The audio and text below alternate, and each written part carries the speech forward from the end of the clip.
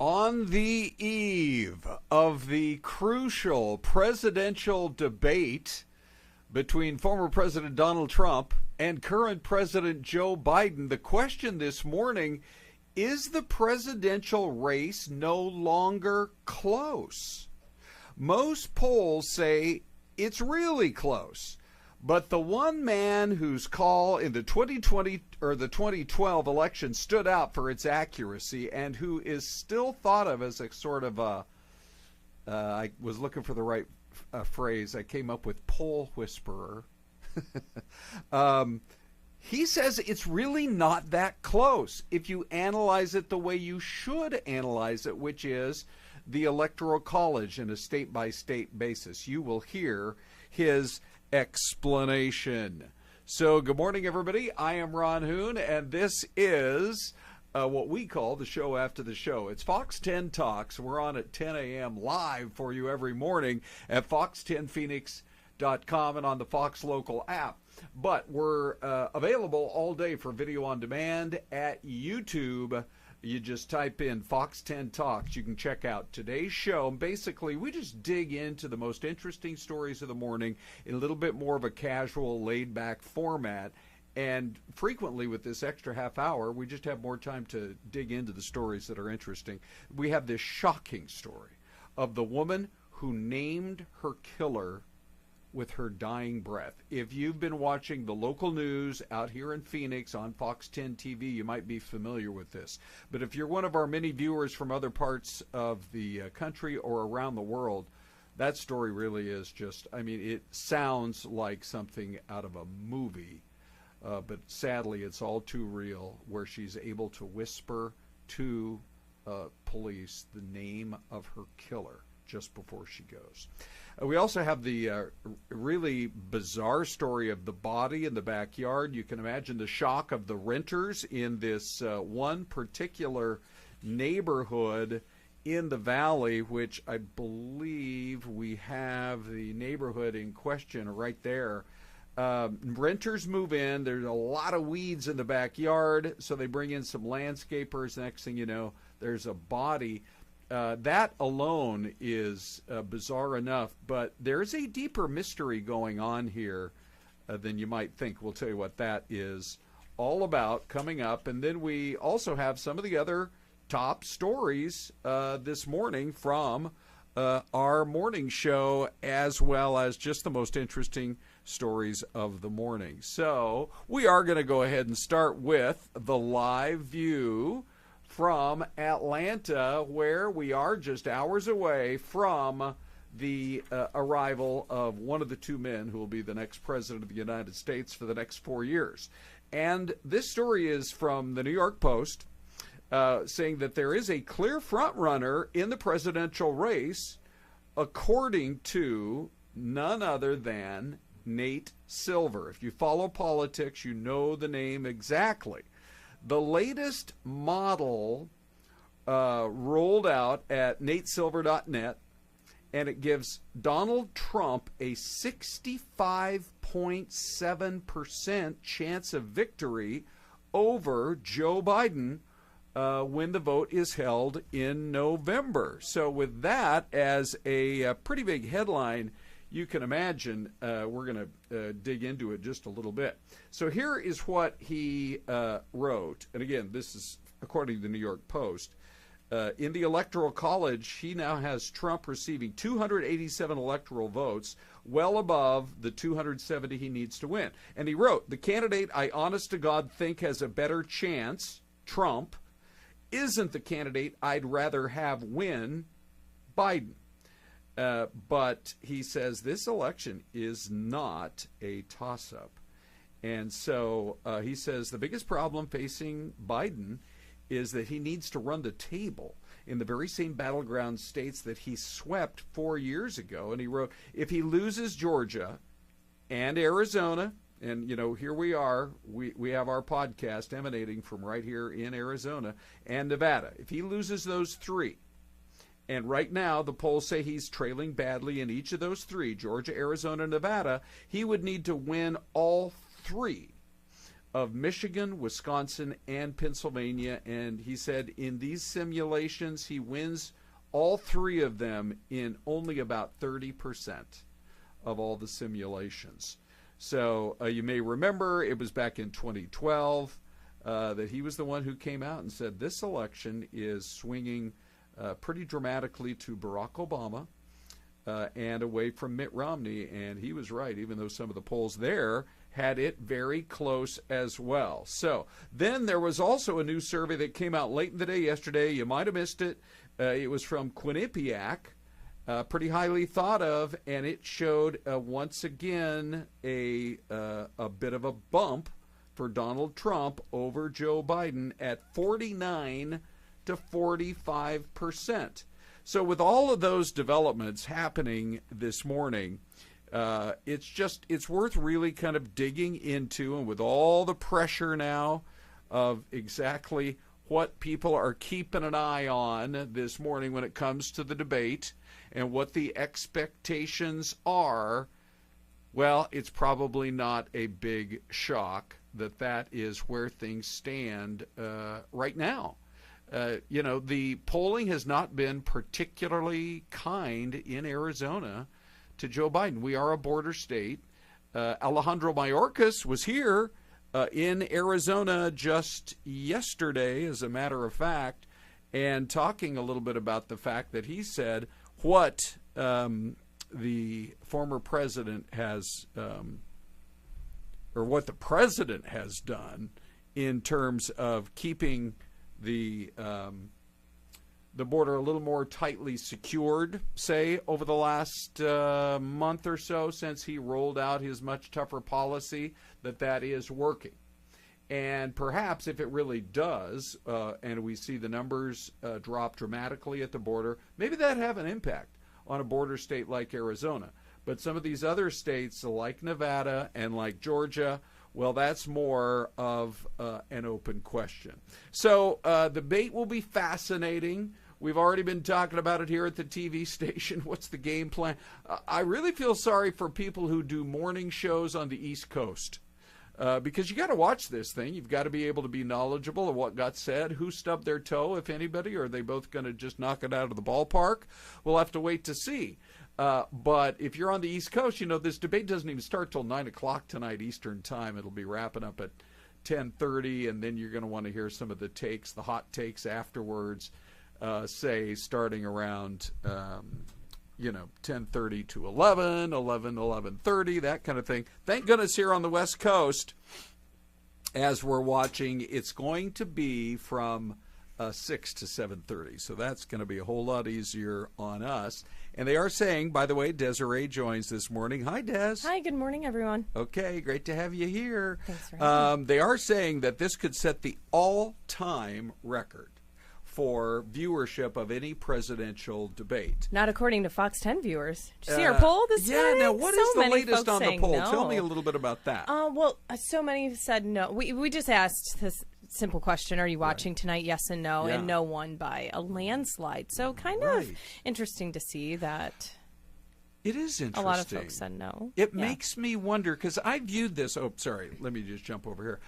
It makes me think that possibly we have a situation where people have made up their minds. And if you're 100% that you have made up your mind, you might just say to yourself, whatever, if you're rooting for Donald Trump, whatever Joe Biden says, I'm not going to vote for him, or vice versa. If you're Biden all the way, you really maybe don't care, whatever arguments, you probably have already heard him anyway, from former President Donald Trump.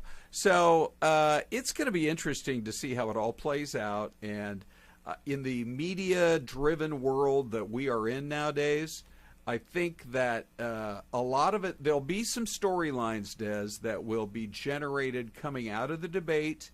Both candidates are going to have their people out, in the spin room. That's why it's called the spin room, is to give their own spin. But there will be a storyline or two that I think is going to be coming out of this, and that storyline will take hold.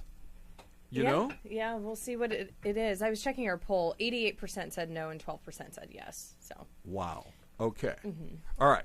And this is one of these polls. We run these every day. And this particular poll, by the way, was getting thousands of votes last I checked. So, yeah, there are plenty of people who have an opinion about this, and plenty of people, the polls do show, have their minds made up. It's really about the independents, and it's really about the undecideds. Those are the people that are going to decide this and race. I think we mentioned the other day, too, or it was one day this week, that in Arizona, independents have outnumbered Democrats and Republicans, registered voters, which is the first time that's happened. So, we are a key state to really be watching. Yeah.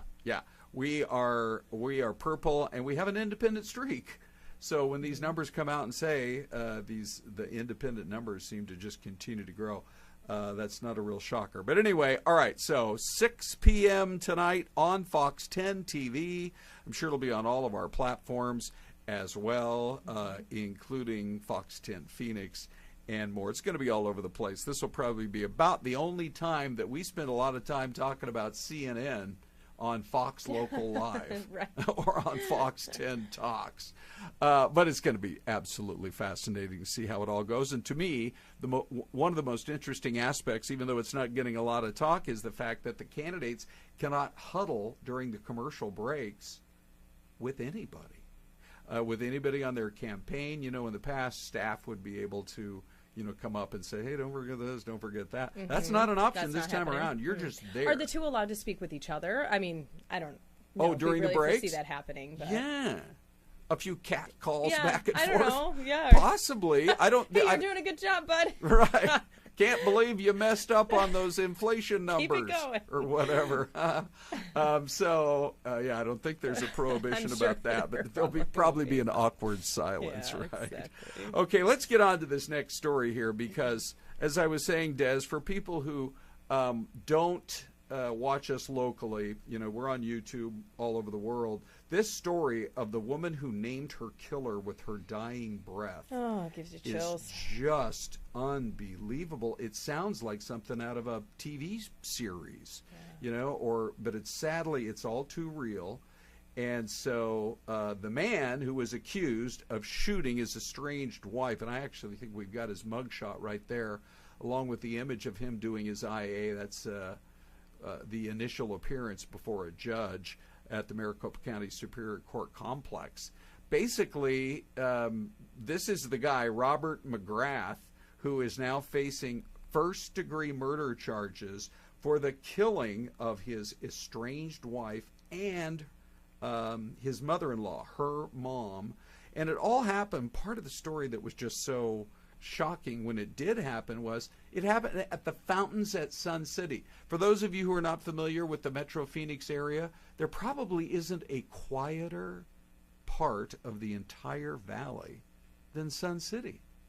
I mean, it's a 55-plus neighborhood that we can go months sometimes without reporting any type of violent crime. Yeah, Sun City. Yeah, I mean it's a great place to live, to work, and it's a good community. So this is a little startling. Yeah. But we did speak with a neighbor who had some interaction with him and this family, and he kind of said, almost didn't seem too surprised, which is unsettling, to kind of know that there are issues going on and then to not be completely stunned when something like this happens. Yeah. And we did discuss that the woman did tell police that he was threatening to kill me. She filed for divorce just last week and did communicate that, he was making threats towards my life and he acted upon it. Yeah, the reports that we had were literally as she lay there dying, and of course police got there as fast as they could. She was able to whisper out his name and even provide his address,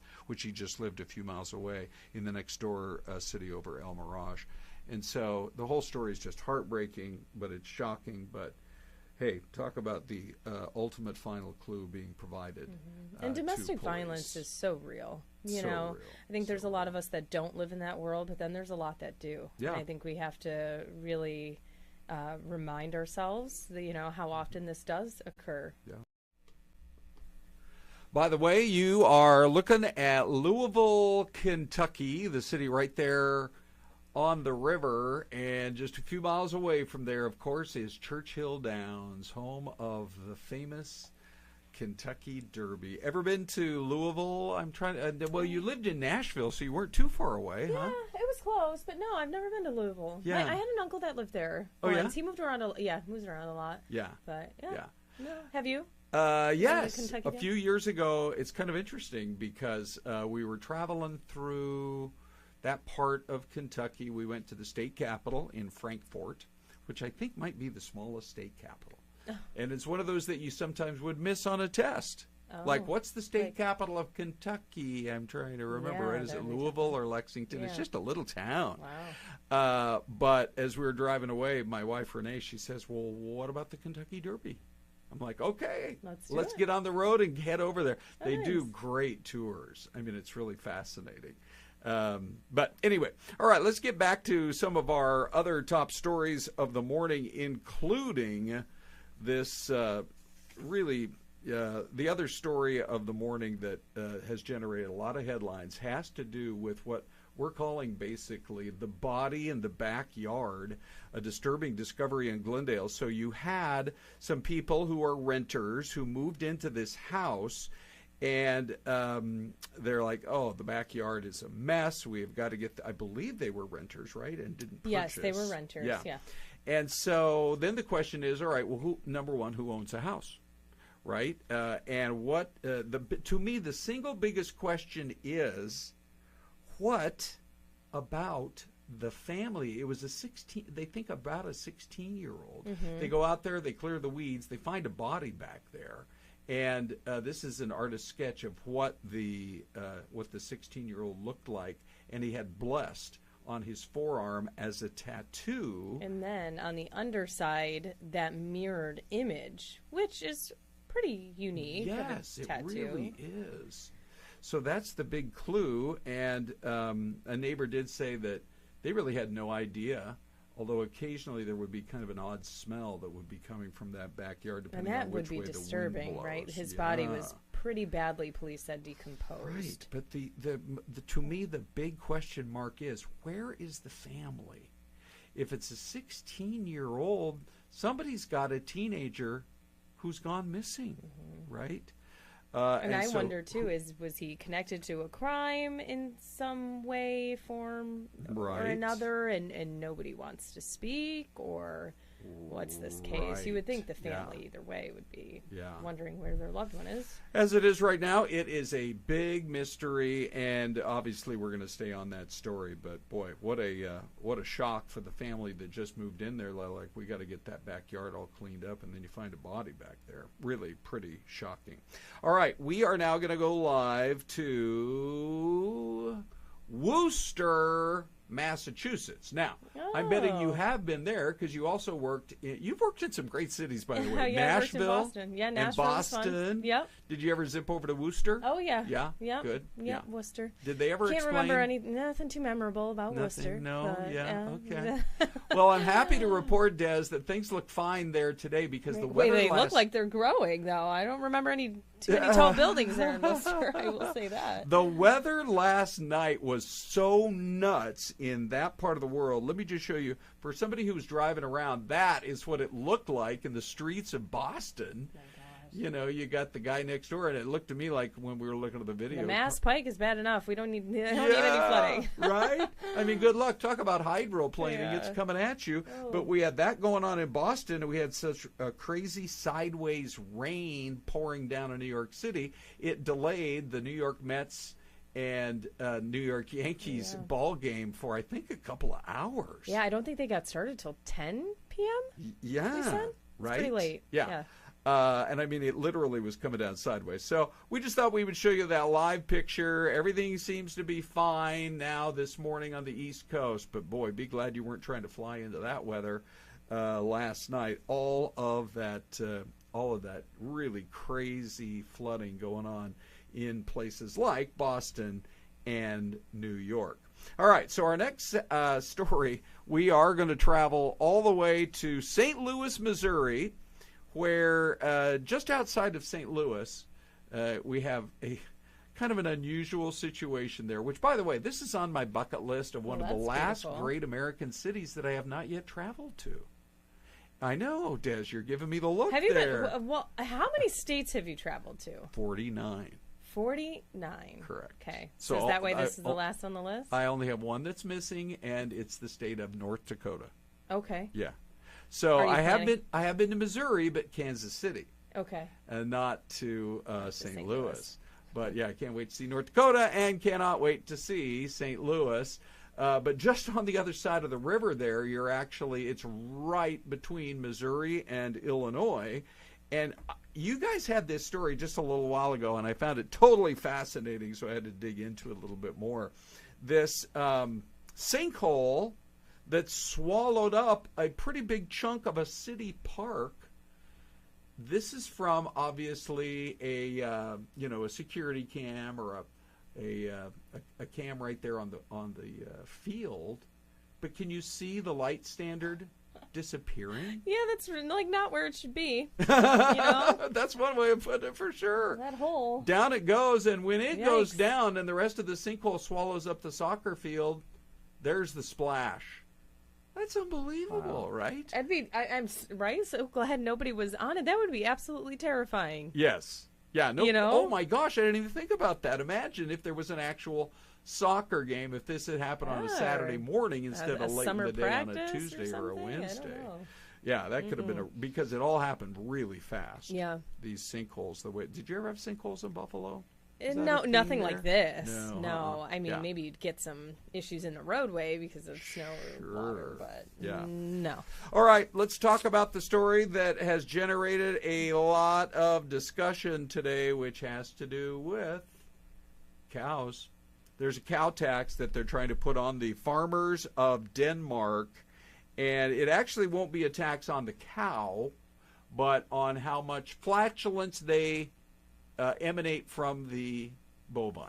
I'm trying to avoid saying fart as long as possible. I don't know. You just said it. So when they pass gas, there's a lot of CO2, right, that they emit into the environment. Exactly. But how would they measure that? Like, are you charging me per passing of gas, or like how are we keeping track? Correct. And let's not let it go to humans, right? Let's just keep it with cows. But my understanding is it's based on it's sort of an average per cow, per head. I don't know if like a larger cow might be thought to generate a little bit more. But yeah, you're exactly right. Farmers are going to be taxed $43 in Denmark per ton of carbon dioxide emitted. And the average cow in Denmark produces about 6 tons of CO2 equivalent every year. So that would be 43 times 6. Yeah, about and $260 per cow. Yes, $260 per cow. Now, they have changed it. They've already tweaked it a little bit, and there's going to be an income tax credit, so it's going to run not $43 per ton per cow, but $17. So it's more than cut in half. So I think they're saying it's going to be closer to about $100 per year. And what does this do to farmers, though? I think it's going to obviously raise prices, right? I mean, are we ready for a future of meatless hamburgers? Is that where this is all headed? Well, vegans are looking at us like, yes, that's where we should be going. But, Vegetarians. Cows burping and those who emanate flatulence, they are responsible for 15% of all greenhouse gases around the world. And we have seen some pretty crazy weather already this year, so I think people are motivated. I should just add, and this is where the story gets, I'm not saying one equals the other, but the tax building in Denmark was on fire this morning. Graham, our producer, he said, was that Denmark where we were reporting about the taxes? And he said, look at these pictures. And we actually stood there and watched the video coming in of the tax building in Copenhagen on fire. Oh, wow. Maybe it's a total coincidence, but... Because in Kenya they're having that, in Nairobi. Yes, right. They just took that bill off the table. They were trying to raise taxes on individual citizens. Yes, so right. Now in Denmark? Yeah, right. That's something to look into, yeah. Okay, so our time is already almost up, Des. I always constantly say, where did the half hour go? But let's go to the mystery cam right now and give you a view of what is going on here. Now, I'm trying to look at that building right in the center. I'm also looking at the construction of some of those older homes. And I am thinking that it's, a little bit hilly. So it's not in the Midwest. I think it's got to either be somewhere in the East Coast from the Carolinas up to, say, Pennsylvania and New York. The little pink house is so cute. Yes, right? And the water tower off in the distance. Mm-hmm. So, pretty good-sized town. A lot of I those don't have a city. I really don't. Do you not? I'm just going to say Maryland. Okay. Maybe somewhere in Maryland. Well, that's interesting because I was going to go Virginia, which is right next door. And so, now Dino, if he shocks us, and this is like somewhere in upstate New York, because, of course, we know you're from Buffalo. Oh, yeah. So let's go ahead, Des. Here's the Des cam. See, and I was wondering, oh, could that be Buffalo? But I'm like, that pink house doesn't look familiar at all. Okay, here we go. I would know. All right, let's see what we got. Oh, gosh. Ready? All right. Seymour, Indiana. Seymour of Indiana. Now, that should be their slogan, right? I must say, I'm sorry, Seymour, I've never heard of you. I haven't. Come to Indiana and see more. In Seymour. Yeah, all right, there's one last look. Hey, if you want to get a hold of us, Fox 10 Phoenix, well, Fox Local Live, that's the way to do it. Fox 10 Talks at fox.com. We read all your emails. We'll see you again tomorrow.